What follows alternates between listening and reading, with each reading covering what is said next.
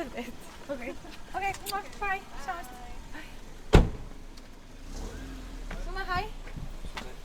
If I wouldn't be an artist, I think I would be a housewife. I would want to have lots of children, like maybe 7 children, and I would want to live in the countryside and just have like lots of children. But I really have never thought about if I want to be an artist or if I don't. It has just been like a road that came really at a young age. I just never thought about being something else because this was like what I wanted to do. But if I wouldn't be, I would be like a big mama out in the countryside. I think that would be a dream. I've worked a lot as a waitress, like in coffee places and restaurants, and like brunch, family places. And then I've worked as a kindergarten teacher, and also in the kitchen in the kindergarten where I like cook food for the kids. Yeah, I've worked for the city as like a performer for the city for one summer, where I was supposed to do like performances for the people to have the city a more colorful place or something. Now I'm a waitress and the dishwasher. I came into this restaurant as a dishwasher, and then they upgraded me to the waitressing. Yeah, we've done it for a long time.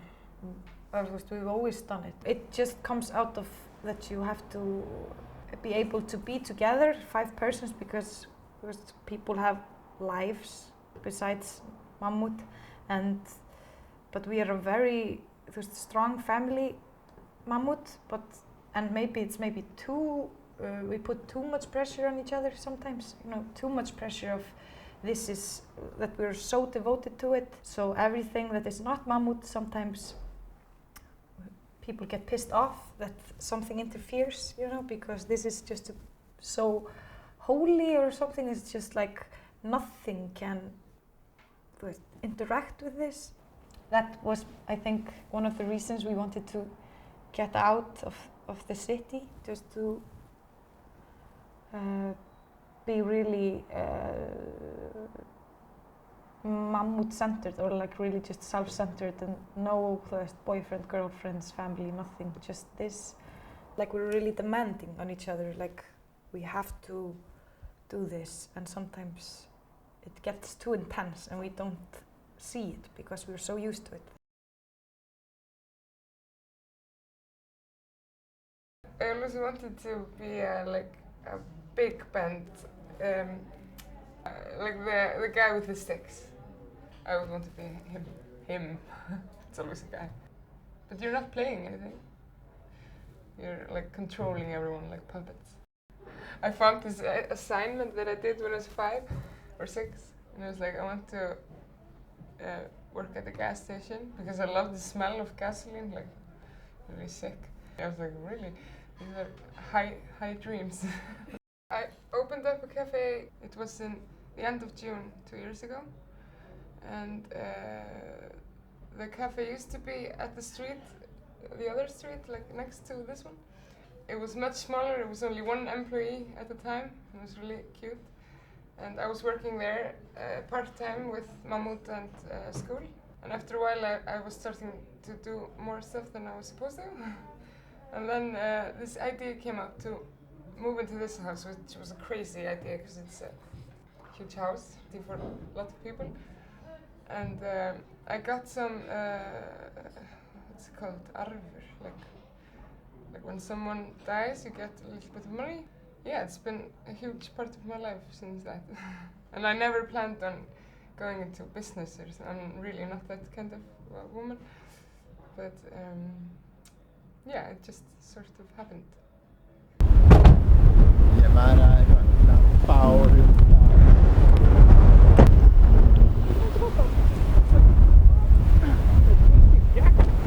Our best songs have been created on these trips where we think,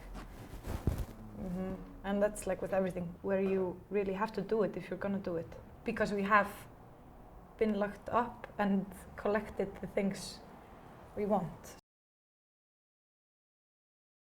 So I've been working delivering the newspaper, working as a fisherman in Norway. I've both been fishing, and then I've been working in a fish factory. Then I've been working as a cashier in a supermarket, as a house painter for 2 summers. Then I was working in a store which sells building materials of all sorts.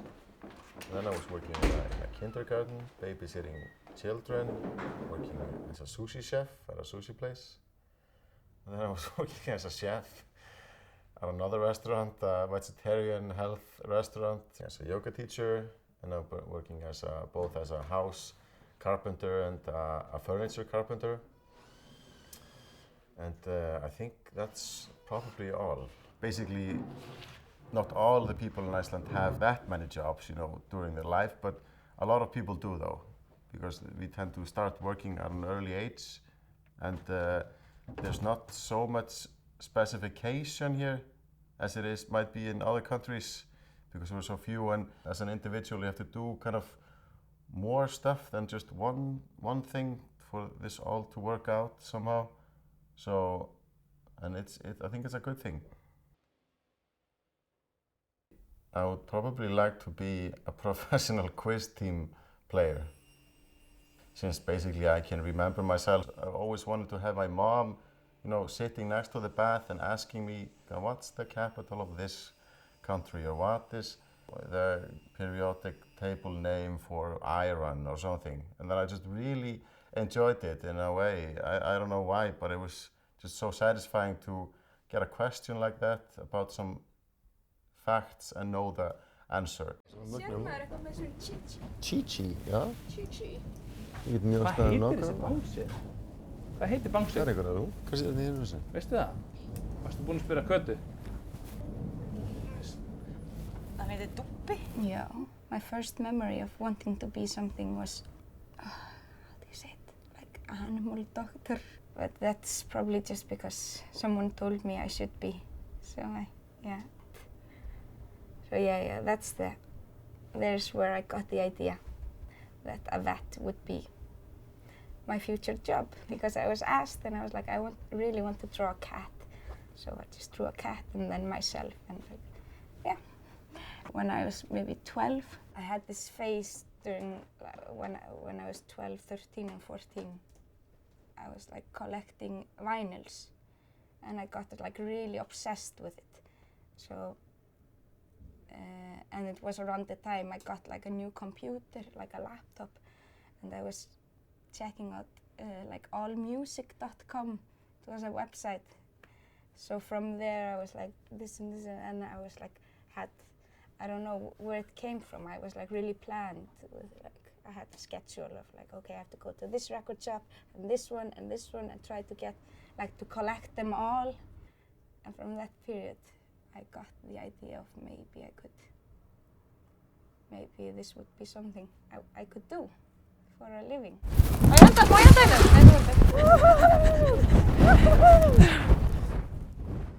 Þú veist, Júlíu inn með sellóin, þú veist, ekki dæguleginu, í vatnalæginu og bara meira. Og er bara óþægilegt oft þegar maður er beðinn eitthvað svona session dót að vera bara eitthvað. When I was 9 years old, I started learning the drums in my preschool.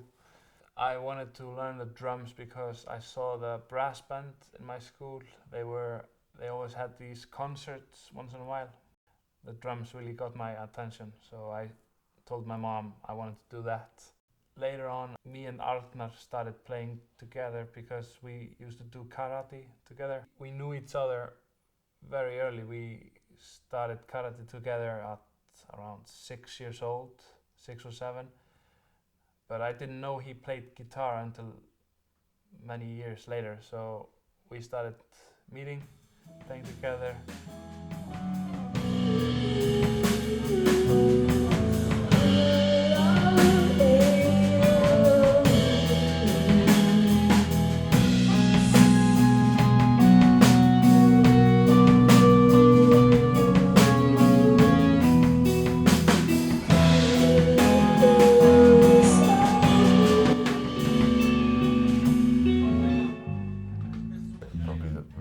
I got into music was I thought it was just extremely cool to play an instrument and to play in a band. When me and Arnar were playing, we were just playing very loud rock music. So we didn't write much. I think we only wrote one song before Kata came. I met Kata when we were 10 years old. She was like the new kid in school, and I was like this small kid and she was the cool kid. Alexandra and Guðrún, I think, told me that I was going to be the singer, and I wanted to be the bass player. And Guðrún, she said like, no, I already did the bass, and Alexandra was already like printing out like tabs in the computer, like taking Bob Marley songs and stuff. We were like the kids who were always trying to ögra, hvernig segir maður ögra svona, I don't know, we were always pushing the limits in school, like with drinking and smoking, and we were in a school that was really like, nobody was like that, and I think that's the reason why we wanted to.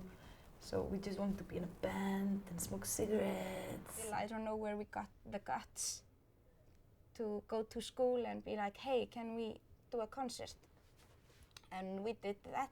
And Andri, our drummer, he was in the crowd.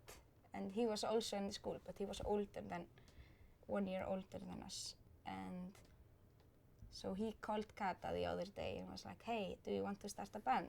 Me and my friend Arnar, we have a band together, the two of us. So I told her, you know, do you want to meet us? And she had been playing with Alexandra and Gunna for a while, and then, you know, everything came together.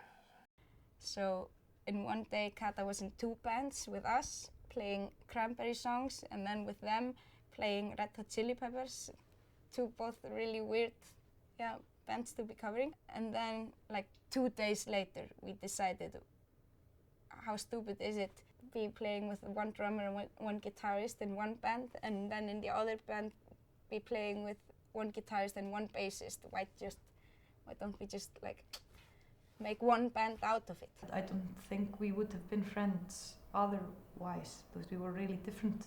The girls and the guys, it was like the first years it was really like separated. We weren't hanging out together because we were into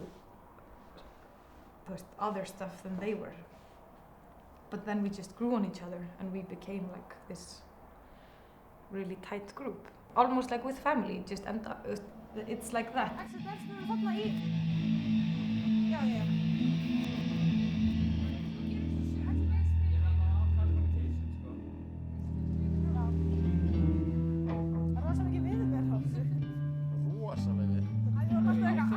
Alltaf að segja Arnar alltaf spila meiri smúð. Já, og svo of smooth.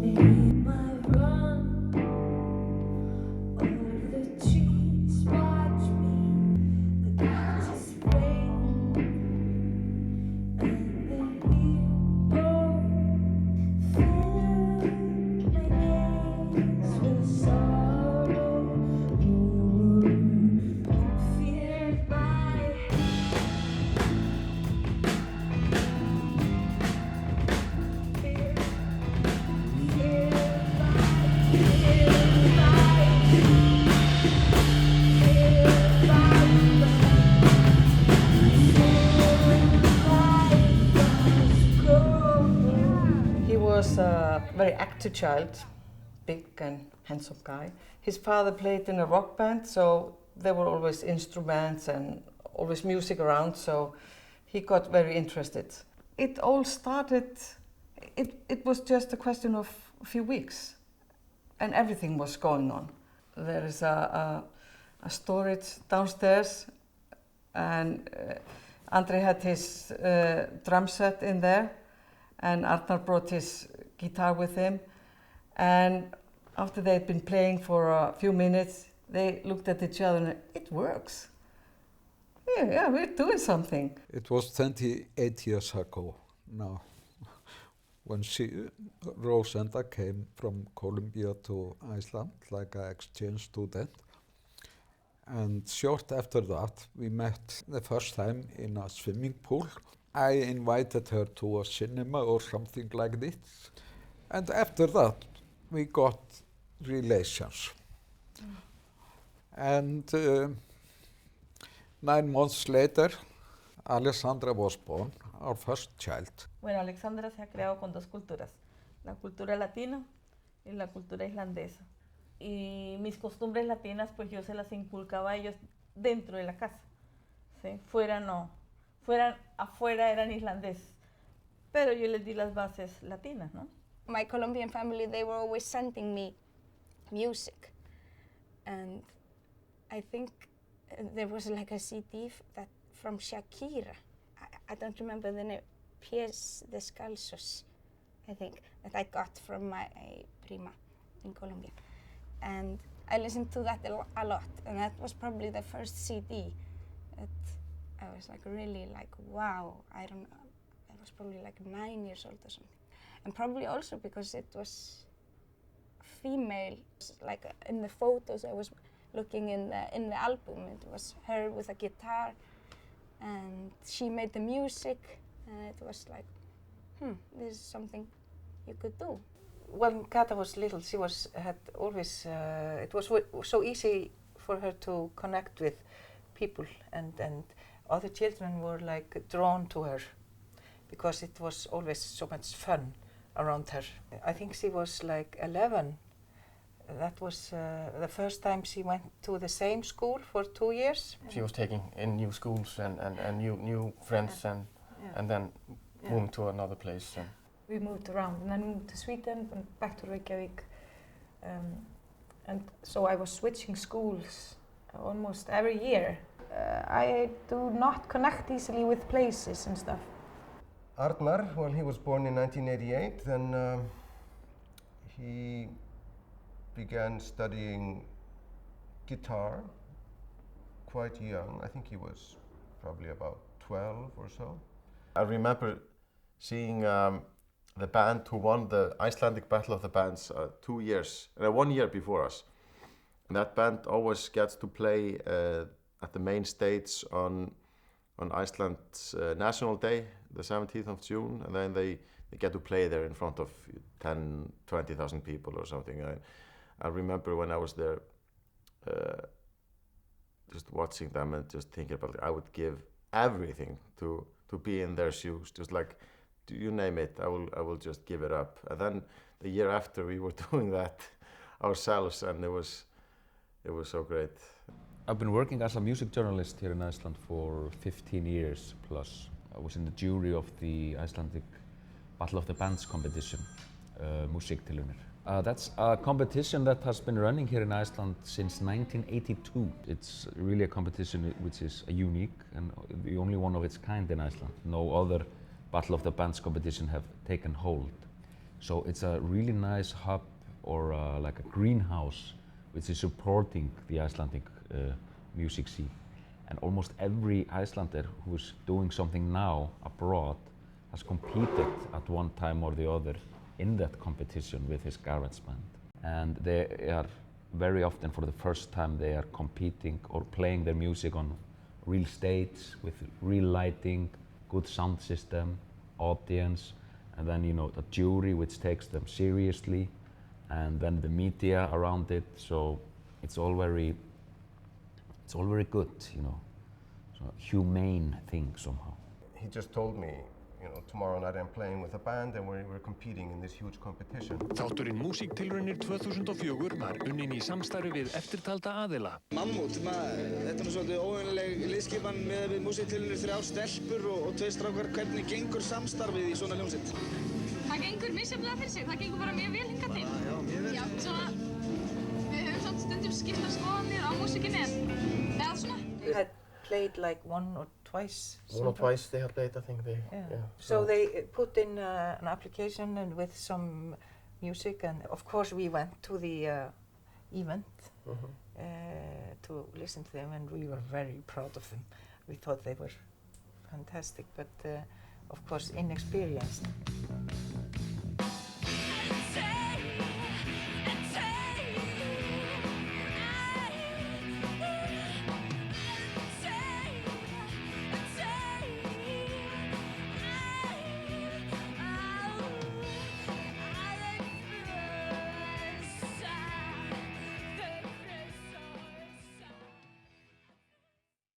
They just wanted to do their best, and there was a band with a very cocky singer, and he was so certain that his band would win this. And then I say, oh no, Mammut is finished, no.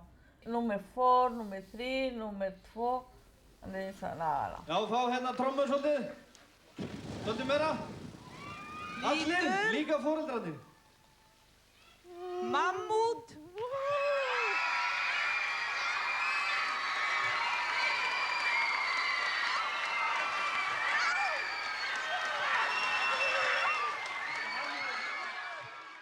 Came a bit like a surprise when they won, but they totally deserved it though. One of the best moments of their life, I think. You can just look at their faces and nobody was expecting it, and they did not expect it because they lost their face. Sigurvegari. Jæja krakkar, sigurvegarar Músíktilraunir 2004. Hvernig tilfinningin? Hún stórkostleg. Fáránleg. Já, hún svona, mér að dreyma. That was in 2004. What I remember about them was just that they were very young and had this, you could say, naive charm to them, but were also, they were a long way, even if they were still inexperienced, young, but they had this enthusiasm and also good playing, I would say, compared to many of the other bands. So the songs were in that way ready, and the players, the interplay between the musicians was really good to a high point, considering how young they were. And they just, there's always an X factor which really gives the bands who win the competition always have something to them, which is just, maybe hard to explain in words. But Mammut were just, they were just fresh, young indie rockers with cool songs and cool stage persona. And yeah, so they were clear winners that year, I remember. They got 3 prizes. Yeah. First it was they got the Kata, she got the prize being the best singer, and then they got a prize for being the most interesting band in the competition, and then they won, the competition. So this was really something, it was like a dream. From there, we were like 13 years old. So from there, we didn't really have a choice. It was like, okay, let's just keep on doing it. We won that, and after that we got like gigs, and then here we are. You put a curiosity, let you wake up all the creatures deep in me.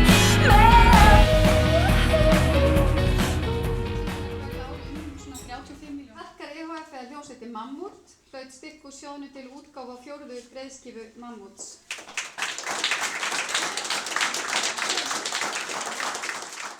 I was watching it because my friends were also participating in the contest, and I was really angry when Mammut won because I wanted my friends to win. I was like, oh, this band sucks.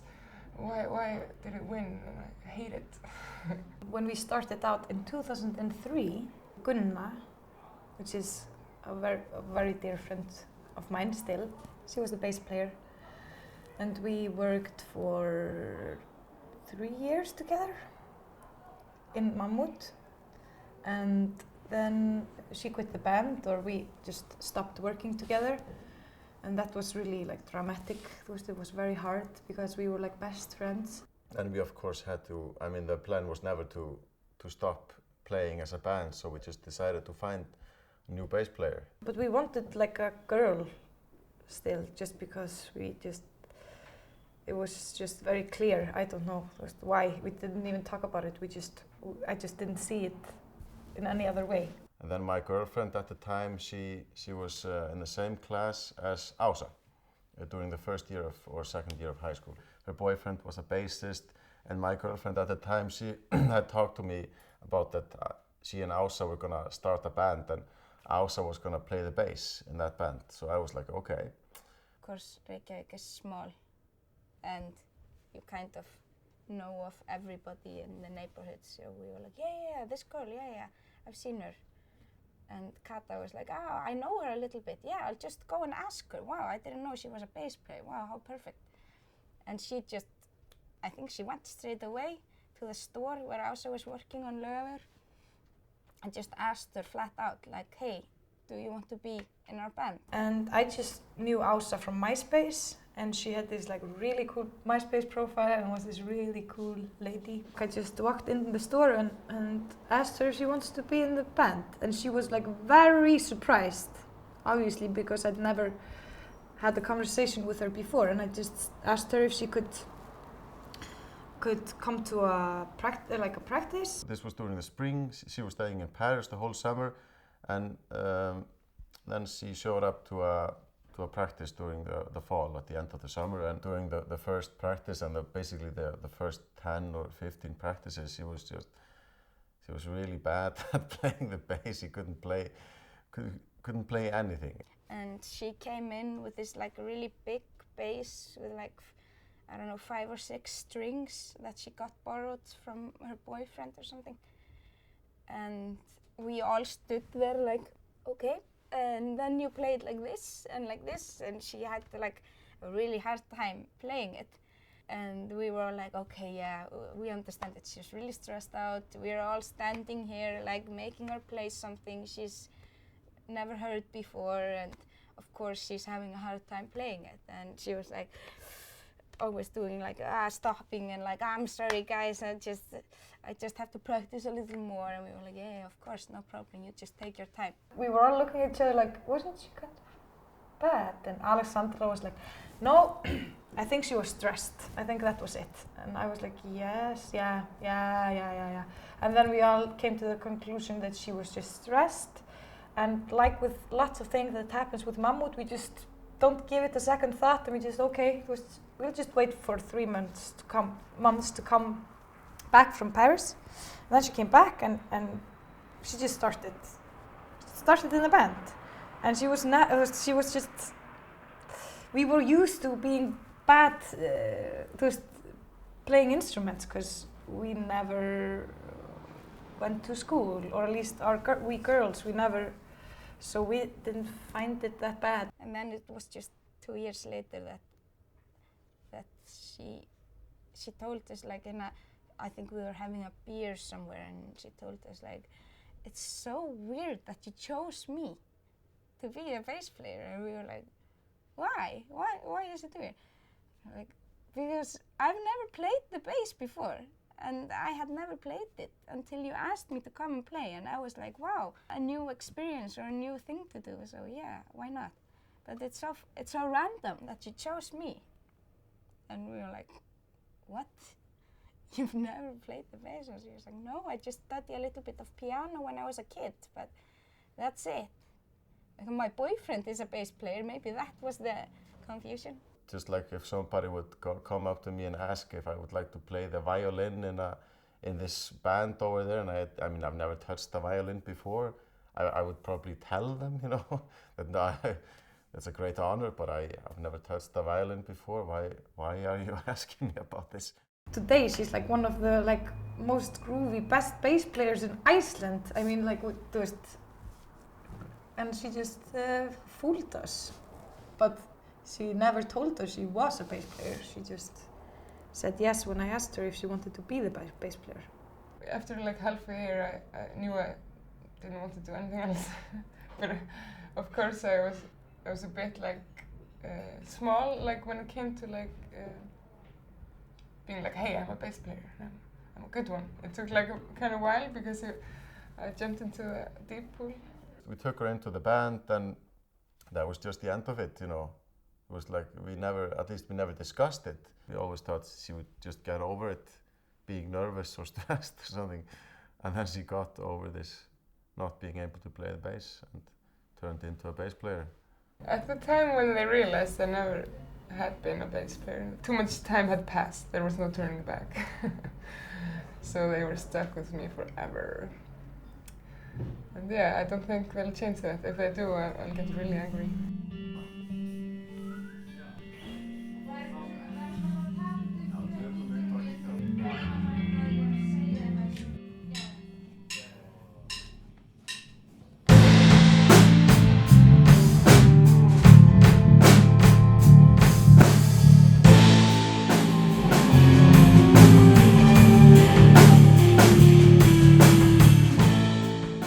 What I do normally when I wake up very early, around 3 or 4 in the morning, because I have to catch a flight. You know, I'm a flight attendant for WOW Air. We sometimes practice during the day, so a lot of times I can't go to the gym because I'm practicing with Mammut. If I'm not working and not practicing with Mammut, I try to spend as much time with my daughter and yeah, do something fun with her. I try to cook in the evening for my family, and yeah, that's about it.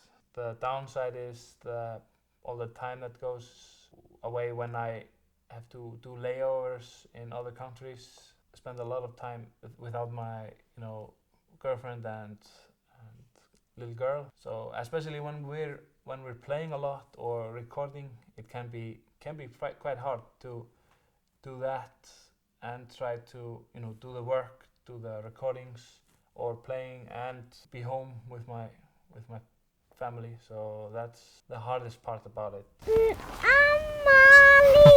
Ætti ekki núna aðeins að ruglast? Þú ert aðeins að ruglast, en þetta er rosalega flott þinn.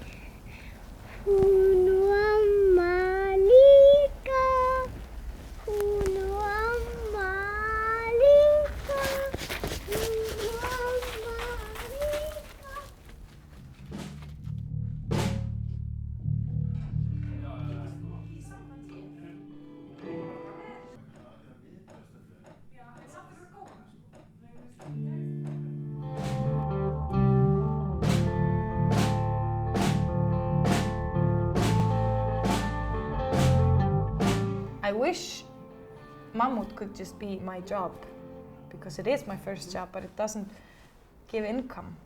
We're not a band that people ask for parties. That's where like lots of money comes from, so we can have like a dancing thing or something. Because I don't want to be a waitress for the rest of my life, though I enjoy doing it while I'm doing it, because you're just trying to do it as good as you can. It's a stop. But then you're like, you know, and then the years go by. I'm not old, I'm 27, and then you like realize and you look like back and you're like, okay, I've been doing this pitch stop jobs for all this time, because I think then Mammut will climb up some, yeah, like just financially.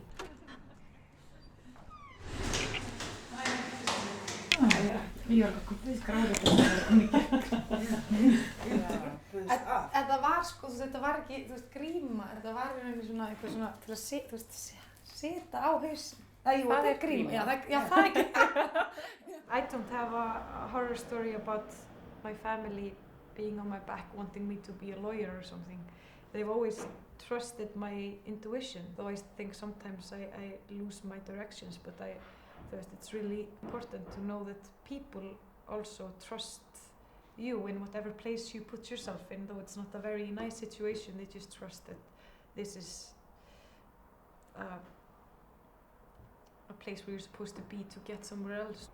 they influenced me a lot too. It was very much influence. And my father was also in a band called Kukl, and he was in the punk scene, and the Icelandic punk scene, which was a very big scene here in Iceland, like in the 80s. And that was all about just do it, you don't have to know what you're doing, just do it. It's always fun, I think. And also because we are two together in this, me and Haukur takes care of certain stuff and I take care of the rest, and it's really divided, so I never have to think about certain stuff. And that makes it so much better for both of us. I could never do this alone. I would not be in Mammut, at least. But I'm gonna make like a soup for the cafe, and I want to have like coconut milk and this, something nice. It's best like if it's Isa or Þörskur. Yeah, this one. But the kitchen is gonna smell like hell if they open it there. Get ég fengið nótu með? Takk. Okay. This is classic to buy here because we only have it here. You have to stock up on that. I cook a lot at Stone. Every day we have soup, and it became kind of like my time in the day where I just meditate, and because it takes a while and it's really, and you don't have to talk to anyone. You can listen to something.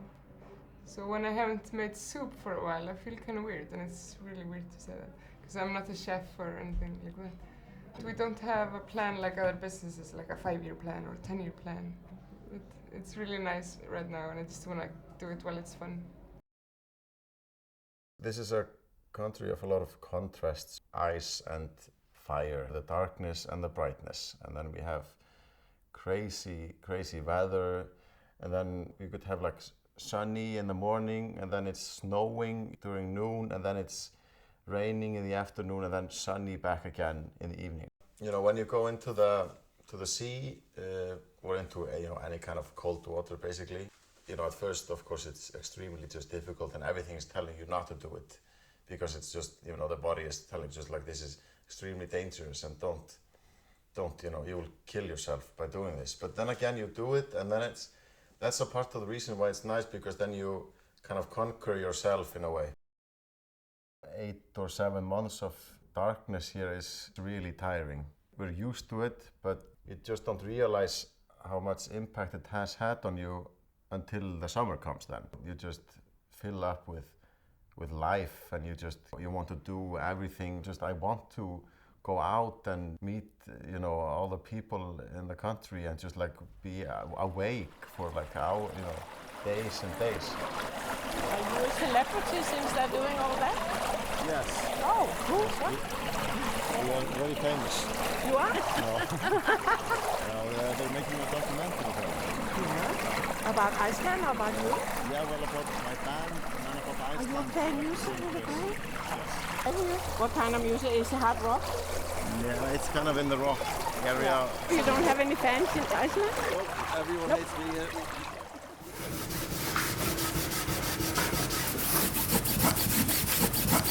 What I like about the documentary is this kind of hands-on approach, basically, because the other stuff that I'm doing is music, and music is kind of floating around. You can't touch it, and you can't really just grab hold of it, and you never really know when it's finished, and if you can always do like enhance the songs, or you know, and you never really. It's not hands-on, but the carpentry stuff is a really good contrast to that, because it's so easy. After the day, you can see just exactly the progress you made today. If you went to a rehearsal, you made this like kind of a song or something, but you don't really know. But then it's just so obvious. I made this piece of wood.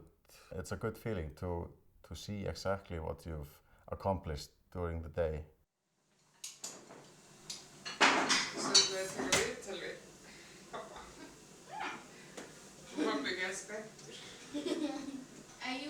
You broccoli. Smaga. Okay.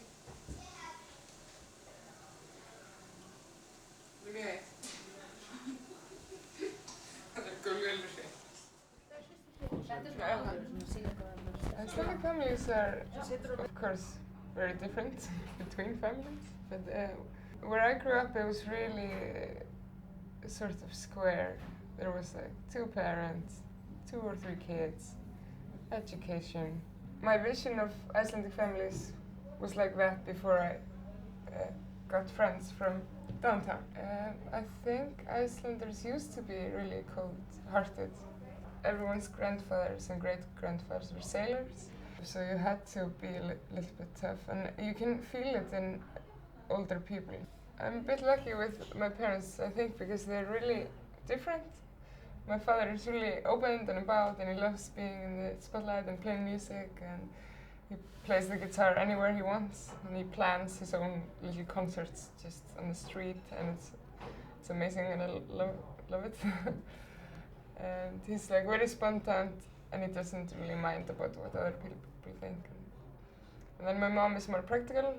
She does everything like really well. Yeah, she has this kind of darker beauty maybe, and my father is more colorful.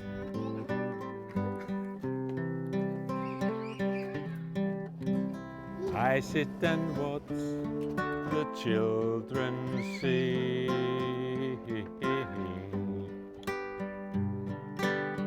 smiling faces I can see. So I just got a stepson 2 years ago. Actually, I knew him before he was born. I think it must be like an Icelandic thing, what you read in international papers, that Icelandic family life can be very weird. Here we take it really lightly. So I met my boyfriend, and he, I don't know if I should tell that story, Gabriel. So he was expecting a baby when we met, but he didn't know about it at the time that he was expecting a baby, because they weren't together. But she's a really nice girl. And I knew her. We used to work together. I was there when he was born, and yeah, took him as my stepson from day one, or as my son, basically. Reality TV, like Nanny 911.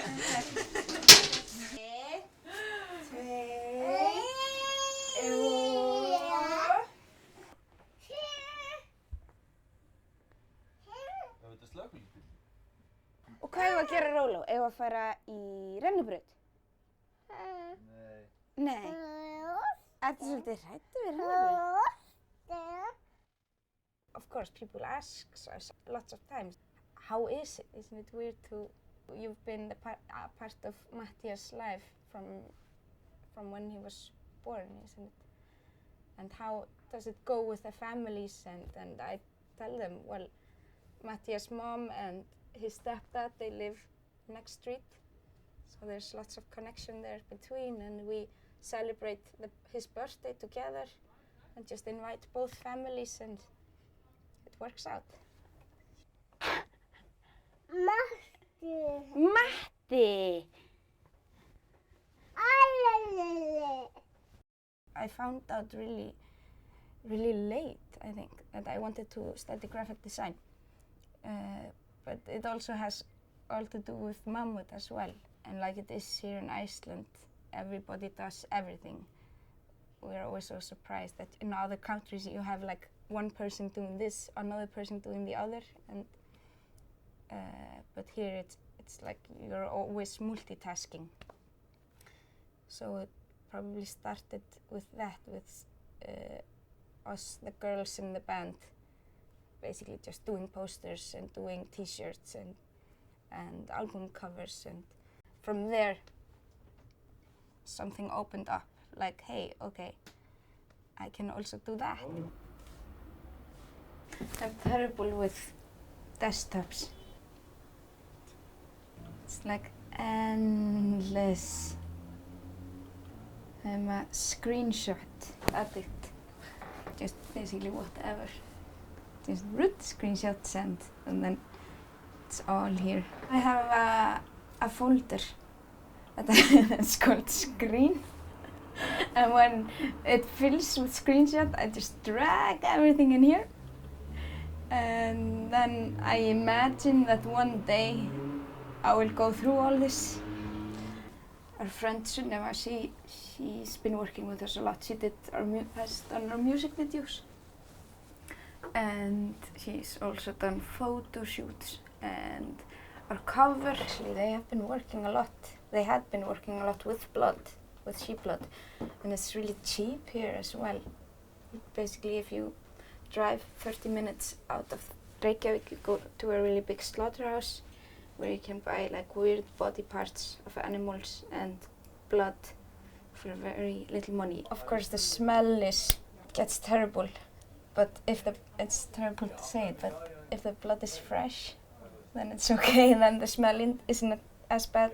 But we were using blood that was, for this time we used like old blood, or it was like 3 or 4 days old. Then you get like the rotten smell. If I remember correctly, I think it was Kata that was having a really hard time with it, because she was like singing in the swimming pool, and like basically she was all in like throwing herself. So she was always like, oh, I have to puke.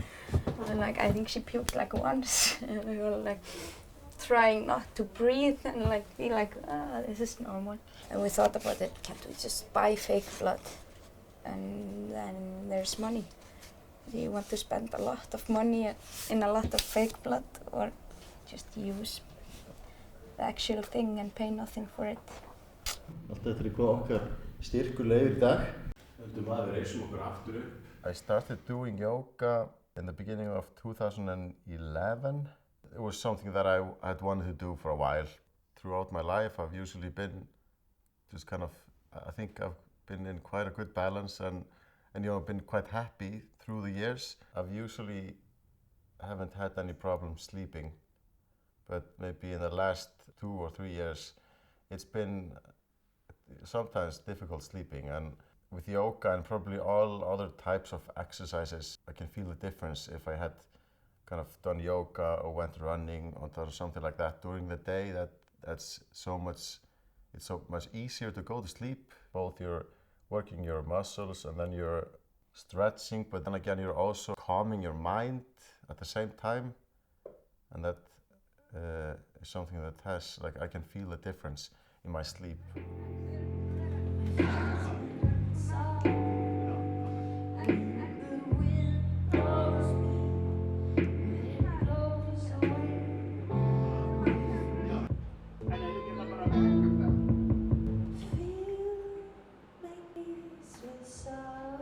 It's just a need you have to show someone else something.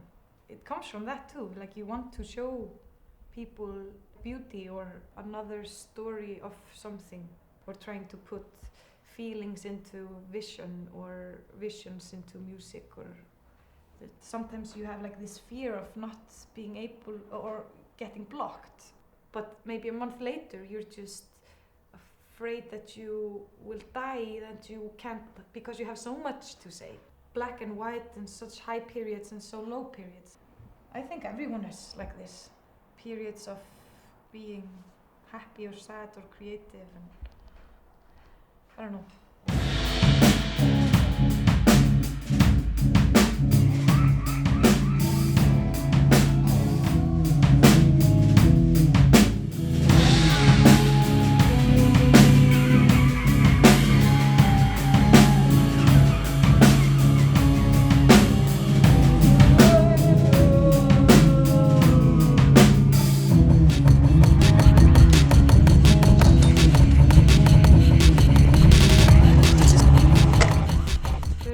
You have like really different relationships to the songs, for like how much it is your song and how much if I'm not a big part of the writing process of some songs, I can't relate to them as much as other songs. Yeah, there's some songs I always enjoy performing, and some song that I could stop playing this forever, you know, and not miss it. Also, like I was telling you, with the in between songs on stage, that has always been something I don't like, you know, the moments where I'm supposed to say something or And also I've had all these conflicts with Mammut, the other kids, because they don't have to talk in the microphone and they always, you have to say something. And we've had this conflict for many years, like, no, what do you want me to say? Just say something. And I'm like, and I've never gotten, why should I? And I've done it just for them, like being like, hello, we just arrived here today, and I find it so unnatural to do it. And also, like always saying thank you, I find it very, because I say, of course you say thank you, but that's just something that I've learned by being in the audience. But the people on stage are always saying thank you, and I'm thankful and everything, but I find it weird. I always say thank you, tack, thank you. Way low.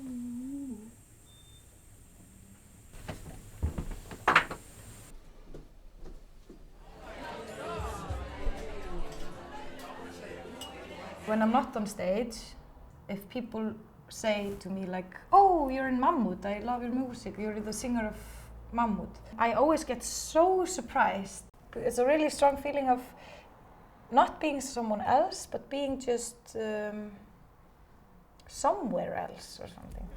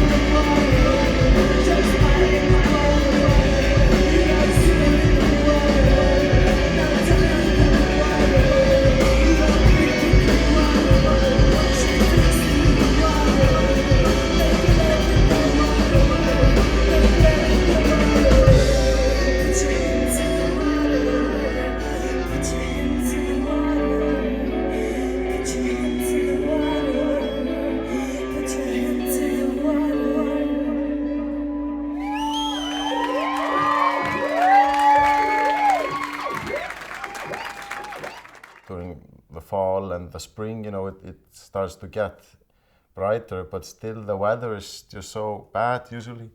It's like so much wind and so much rain, and that you really don't enjoy just staying outside. I like going to the swimming pools a lot better when the weather is bad, rather than going when it's sunny, because during the summers and when it's really sunny, there's so many people there, and I like to have a little bit fewer people. But then again, it's nice to have these kind of contrasts that, you know, you take a shower and then you walk outside of the changing room and outside, and then you have to go to the hot tub, and you get extremely cold, and it's dark and it's snowy, and it's good to get into the warm water, basically. Grandabónus? Grandabónus?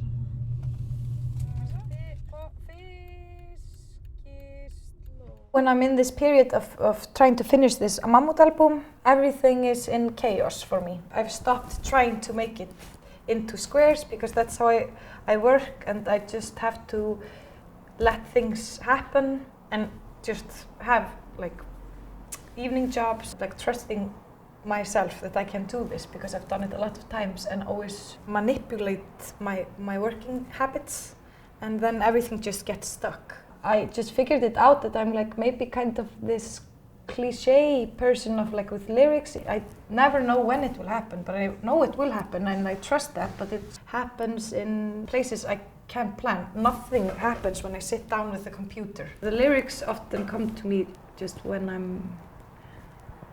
sometimes when I'm drunk, sometimes when I just wake up, sometimes when I'm in bonus, like buying groceries, or you just have to, it's really easy to be isolated when you're making like an album.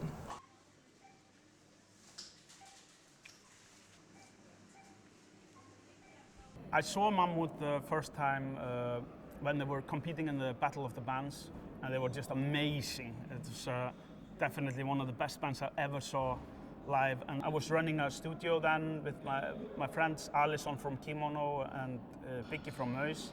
We asked if we could give like extra prizes to the competition for the most special band, and we gave them that prize, and then they of course also won the contest, which was really interesting to meet them, because they had their own style, their own music. So it's like a little bit funny now, like a little bit over 10 years later, we are meeting again in a similar situation that they needed somebody else to take care of the production, which is, I think, is really nice to have them back. Of course, the music of Mammut has been evolving, but I think they're the same kids, They're a little bit older now, and they have like they're paying rent, and they have a car and stuff like that. But inside they're the same, They have the same heart, but bills to pay maybe. They're grown up now. So my job was basically to come in and create a flow, to kind of not be scared of the microphones, to not use 3 hours to find the perfect hi-hat sound, It doesn't matter, how good things sound if the spirit is not there,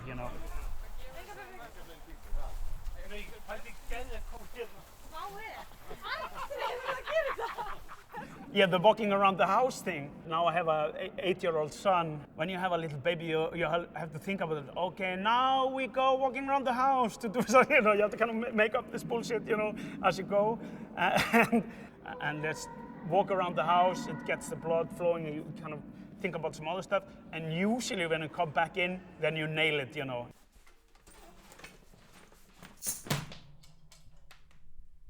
This is without a doubt the worst thing about being a drummer.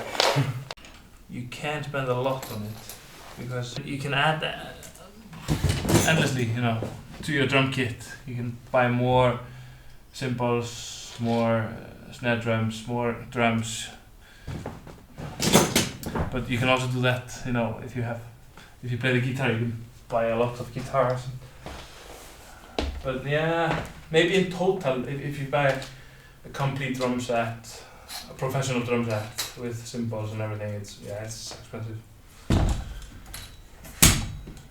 I sometimes get some things, in my head, I have to buy this kind of drum, and I buy it and use it for a while, and then I sell it again, you know. So.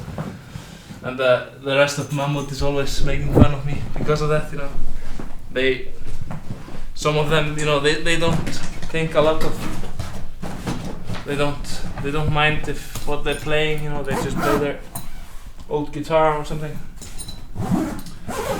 But I'm constantly thinking, you know, what should I buy next? Yeah, Kata used to keep her, you know, keyboard and everything just in a plastic bag on tours until I managed to make them buy this black case over there. It has some, you know, place for her keyboard and also their pedals and everything. And because I had this one before, and I, you know, told them you should buy one too, and they did. Yeah, I think they like it now. They put all their stuff in there. Everything is in one case, no problem. And we have, you know, less baggage to check in, so we save some money. So it's sometimes good to be organized. The worst thing is all this, you know, carrying all this heavy stuff. Best thing is probably, yeah, I think I know it. It's being able to be at the back of the stage where no one sees you, and you can just wear whatever you want. You don't have to think too much.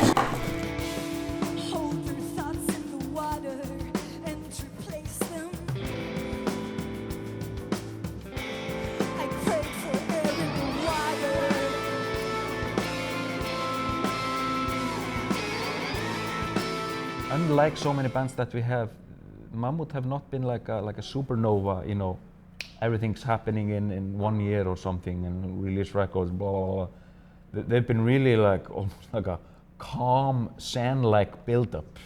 And I'm amazed by that. You know, there's a chance to be hopeful when people sign to big labels like that. But I'm just, you know, just looking at how I've experienced this through the years. I'm just trying to be, you know, calm. Because I've gotten very excited, you know, maybe 10 years ago when some Icelandic bands were signing to a big label, and you thought, oh, now they're gonna get world famous. But then it hasn't really happened. Bella Union is a great company. We've heard many good things about it, and the owner Simon, he's a great guy, and I think Bella Union is a good thing for us now, because this is a big step for Mammut to be able to release the album all around the world. But Bella Union has integrity, that label, so yeah. I'm calm and stoic like the band. Creo que ahí hay café, ¿o no? No. No, entonces hagas este café. Sí. Hoy es domingo, hacemos café de Colombia, especial. O sea, ¿tú te acuerdas de cómo era la para? ¿Te traigo una hoja? ¿Sí? ¿No? Sí. Están aquí afuera.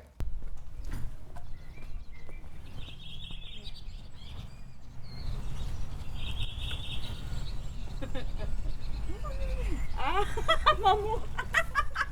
I worked at a cafe downtown, the Laundromat Cafe. I was there for like 2 years.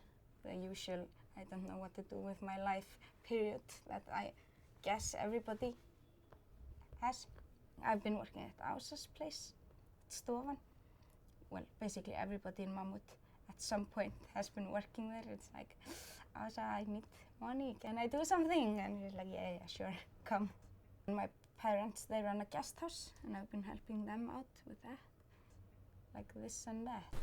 Voy a ir a arreglar la habitación 201. Yeah. ¿Cuántos vienen? Una persona. ¿Una persona? Ok. ¿Cuántos días? 2. 2 noches. Está bien. Eru þið búin að finna út hvaða herbergi þetta fólk á að fara í? Já, ég að skrifa henni. Hvað fólk? 4-1. Já. Okay. We've talked about it a lot. It's been an idea that's been like hovering over us for a long time. at first there was never a question of doing it in English. Of course, I don't make the lyrics, but Kata does, and we talked about it, and for her, of course, it came naturally to do it in Icelandic. We've been doing that for, I don't know, 11 years or something. And I think in a way, it is like taking a step, like changing an instrument or adding an instrument or adding something to it, because you always want to do something different. If the album is successful, you don't want to make a replica of that, so you always want to do something new. That was one part of being like, okay, let's get out of our comfort zone and see if that works. Her lyrics are really, they always have some story to say. And when you're playing like a big venue and you see a lot of people and they're like staring at Kata and she's saying something that I understand and is powerful, then you find out like they don't know what she's saying. Would be fun if they could understand it. One of the strengths of Mammut has been that they are kind of holding the heritage of the old Icelandic new wave underground music that kind of started with Kukl and Sugar Cubes and all these Bad Taste Records bands. But now, you know, they are playing quite a lot abroad, so of course you want to also sing in English to get the message to the non-Icelandic speaking population of others, which is quite larger than the Icelandic one. It doesn't really change the sound of Mammut, you know. Kata has such a special voice, and the songs and the music are so special. It deserves to have more people listen to this music, I think. This has been a question in Icelandic music for as long as I can remember. That you're more authentic if you sing in Icelandic, then you're heightening your chances of making it abroad if you switch to English. Many bands release albums which are mixed with lyrics in English and Icelandic.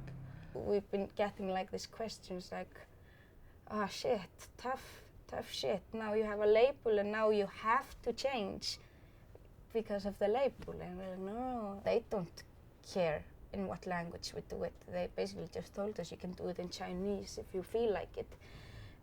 Because we just like your music and we like the feeling of the band. So do it the way you want to do it. And we were like, okay. And of course there are lots of people that listen to Icelandic music because I think it's a kind of cult. So when we've posted some songs in English, we hear from these people that have been following us for many years, and they're like, why are you doing this? Why are you ruining the magic? And of course we don't want to be a disappointment, but you've got to do what you got to do. And yeah, for now it's like a gut feeling of wanting to evolve. These comments which you're referring to are always to be expected. And I think in the long run it doesn't matter. And I don't think the band would lose their integrity or their Icelandicness by singing in English. You know, I just don't believe that anymore. It's foolish to also just, hey, let's sing in Icelandic to be quirky or special, whatever. I think it doesn't matter. Even like, you know, Sigur Rós have sung in English, and they've sung in their gibberish language. Growing up in Iceland in the 90s, it was a dream to go abroad with your family or parents or whatever. It was like the most exciting thing if your friend was leaving to Portugal for a week with his family, blah blah. It was so exciting because like flights were really expensive, like much more expensive than now.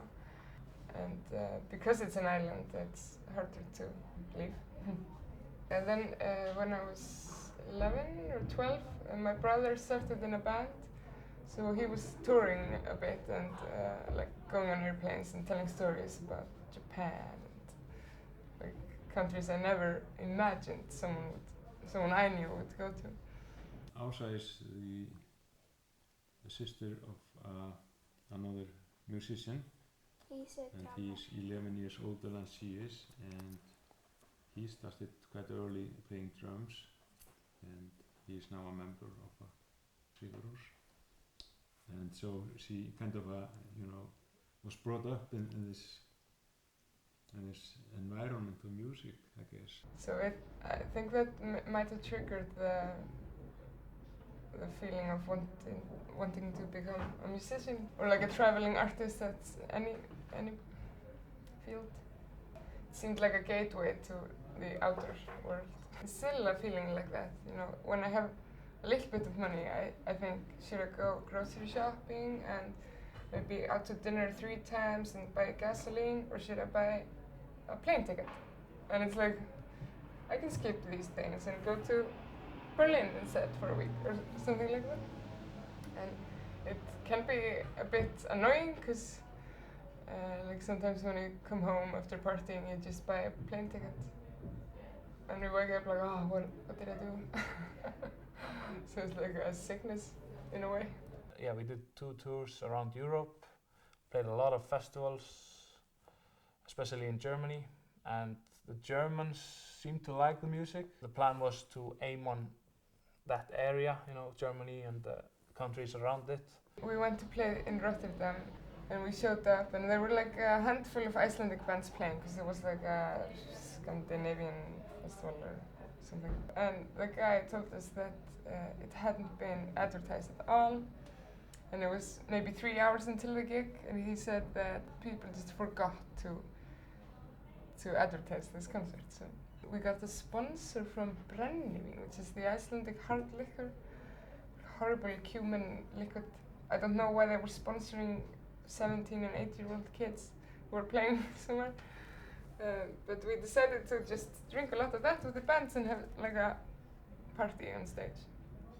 Because no one was there, it was just the bands watching the other bands. And we had traveled all the way. It's really silly.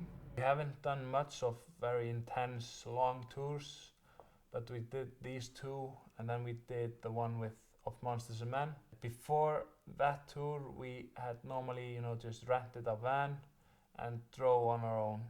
This tour was a little different because the tour is very tight, so they have a lot of shows and you don't have much time to get between this city and the other one. So we had this driver with us and we slept on the van during the night.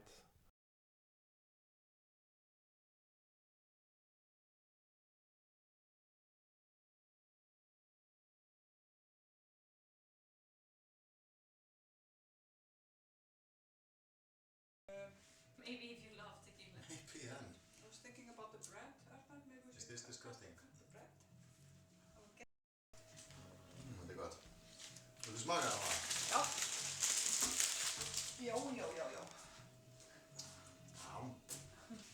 Alexandra, she's always late. But she's great, so she's always late.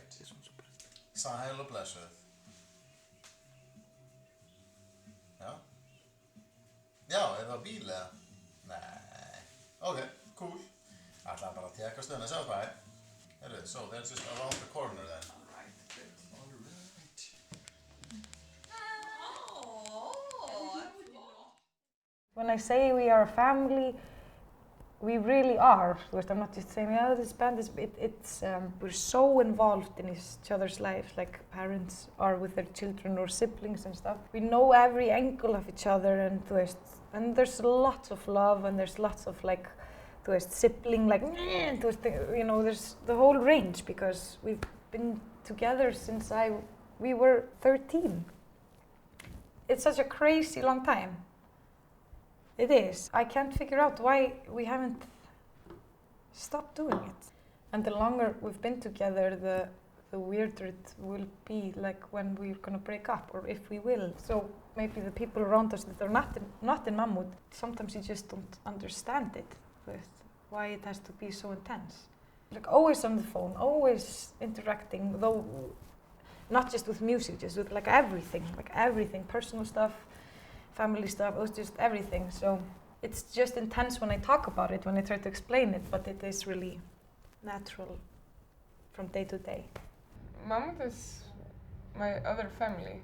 It's weird to go through all these stages with some people. It's like a friendship or a love relationship that is constant, and to us, we never have a plan of quitting. And it's weird to go through like when you're 15, 16, then to 18 to 20. It's so, your brain is so different and like everything you do has changed so much. And then you become 25 or now 28, blah, blah. So you're evolving with these constant evolution together. It's weird to share that with like so many people. We've been doing this for a long time, so it's a really big part of our daily life to be in Mammut. Maybe early on, sometimes we had the idea of maybe we'll be famous or maybe we could just do this for a living, and then you've been doing this for such a long time, then it just becomes part of everything, and then you maybe not stop thinking about what if, not entirely, but we don't have, I don't have like really high expectations. Hvað vil það segja? Fuck it. Þetta var áður en þetta ykkur bjó. Já, og þú með I mean, these people are all, you know, my best friends, and usually they're all really great. But when you spend a lot of time with these people, you know, I think I've spent probably most amount of time with these people, at least in the last 12 years, by far the most time with these people than any other people. So we're kind of like a small family in a way, and sometimes we get annoyed by each other, of course, but usually I just think they're great. That has a big impact on it, a big factor in why we do this. You know, we're like a old family. You know, we sometimes fight, and we don't always agree on everything, but somehow it just it works. And you were like, oh. And the smells, you're smelling everything. Yeah, and always when the chef is like cutting something and something is left on the table, I'm always like spying until he goes out for a cigarette, and I'm like eating the leftovers on the chef's table. And now he's always like, Kata, were you in my kitchen? I'm like, no. With the sauce. Yeah, with the sauce here. Yeah, part of the problem with the Icelandic music scene is there's a lot of competition and not that many people. The sad fact is most people outside of Iceland never hear any of it. They know Björk, they know Monsters and Men, maybe Cirrus. If they're particularly into like electronica, they might know Goose Goose, or particular fields, they might know some other ones. But the vast majority of the bands, they've never heard of, they never will hear of, and it's really a shame because the level of talent here that just never gets seen outside of the country. It's sad. Ég var í Fjölnir. Já. Karate í Fjölni. Já, það? Já, ekki. Strákur sem í landsliðinu í Fjölni. Já, ég elska hann. Af hverju elskar Fjölni? Ég elska hann strák. Ó já. Ó já. Ó já. Það að gleyma. Já. Já, ég líka. Er það ekki? Hann svo yndislegur. Já.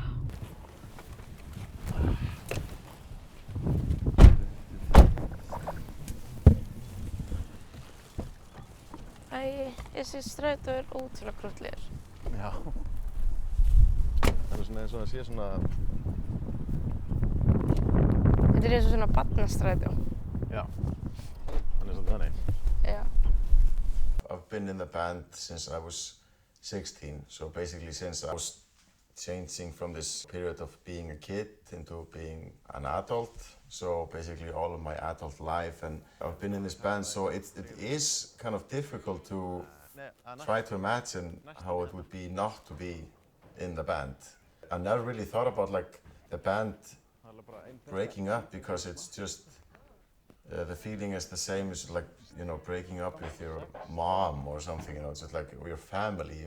It's not just something you just don't, just doesn't work that way. Já, ok. Er hún samt alltaf þung, eða?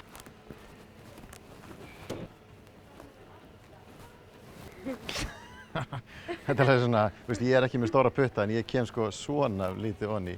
Herru, ég ætla hérna, já, ég ætla kannski að fá að fara svona, meira svona niður. þessu. Já! Geggjað. Þetta var að geta óvænt, þannig að hún var sko bara leiðin í beint. Já, þetta eitthvað, komma einn eitthvað. I mean, we've done 3 albums, we're making our 4th one now. Usually around every album, at some point we decide to quit the band.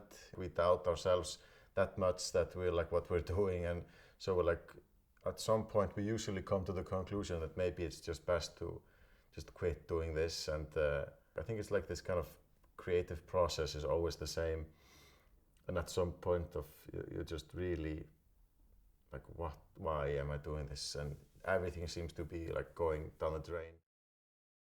This process when you have been playing an album for a very long time, playing the same songs, and you can't play them anymore, but still you're like drained from creativity because you've been playing so much, and then you're supposed to do new material, but nothing is happening, and then you just get to a point where you're like, we should stop because nothing is happening. And then we come to this point, and then we have a talk, like a breakup talk, and people get emotional and lots of stuff. This has happened maybe 2 times or 3 times.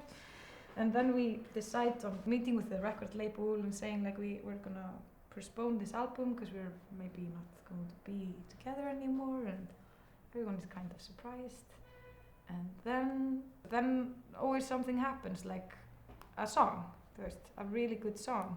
It takes so much energy to work in a group of 5 and being creative, and you can get very tense and like annoyed at that time. So we only 2 times we like thought about quitting was during that period. But then it's always just a part of the process, and then right after that it's like the great stuff happens, and then we usually fire someone who's working with us around the albums as well. Fire the sound engineers, or fire the managers, or fire the producers, or we usually fire somebody.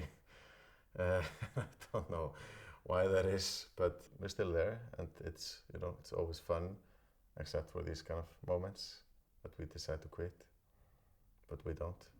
And then there's no turning back. Then it's like, oh, we can't break up now. This is so exciting, And yeah, it's probably like a lot of relationships. I think, you get to a point where everything is like, what is this, blah, blah, blah, and then either you break up or something great happens, and you remember why you are together. I find it a very secure place. I just love being on stage.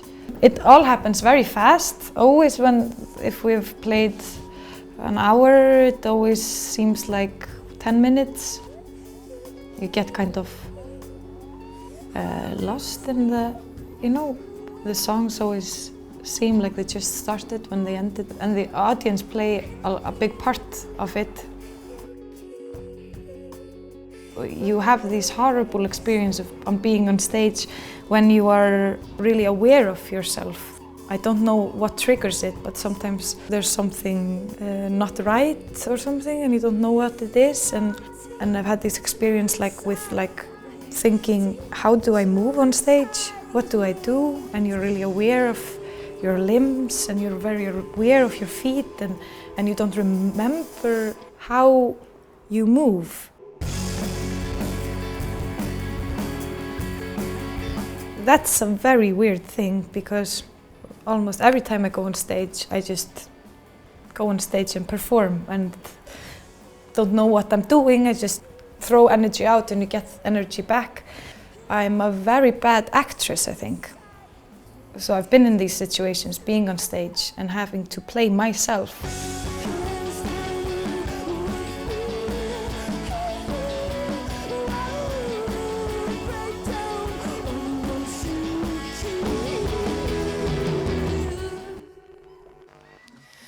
Hi, Secret Solstice.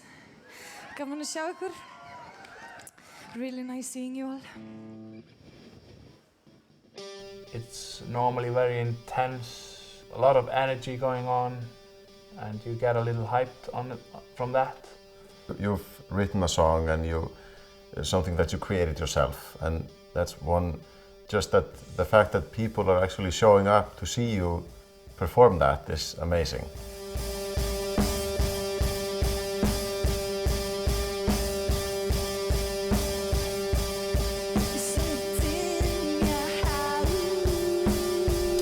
get on stage and then we all connect in some way. Sometimes you can't remember being on the stage because the energy between audience and a band can be so electric and so amazing.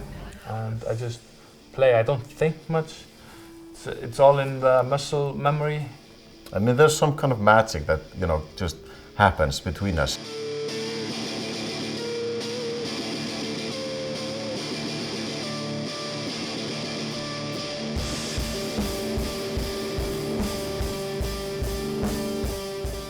It's a very intense, normally just about 1 hour maximum, that flies very quickly and you get very pumped up. Because we've played so many gigs that we just have a half an hour and I want to do like 2 hours.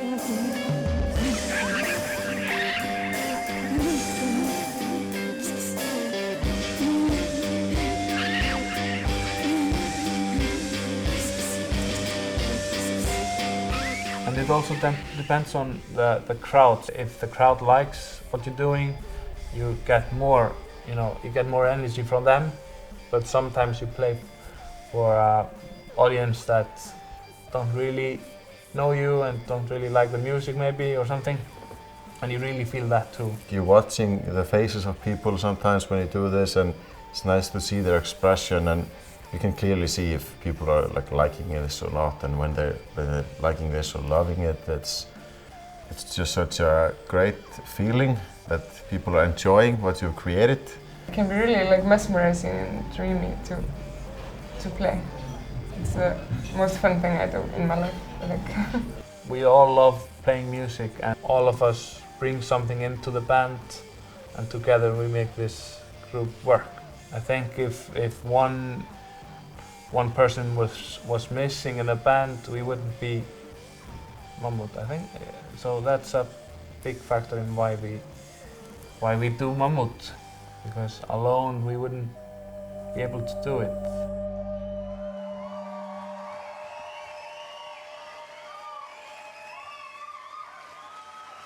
Thank you.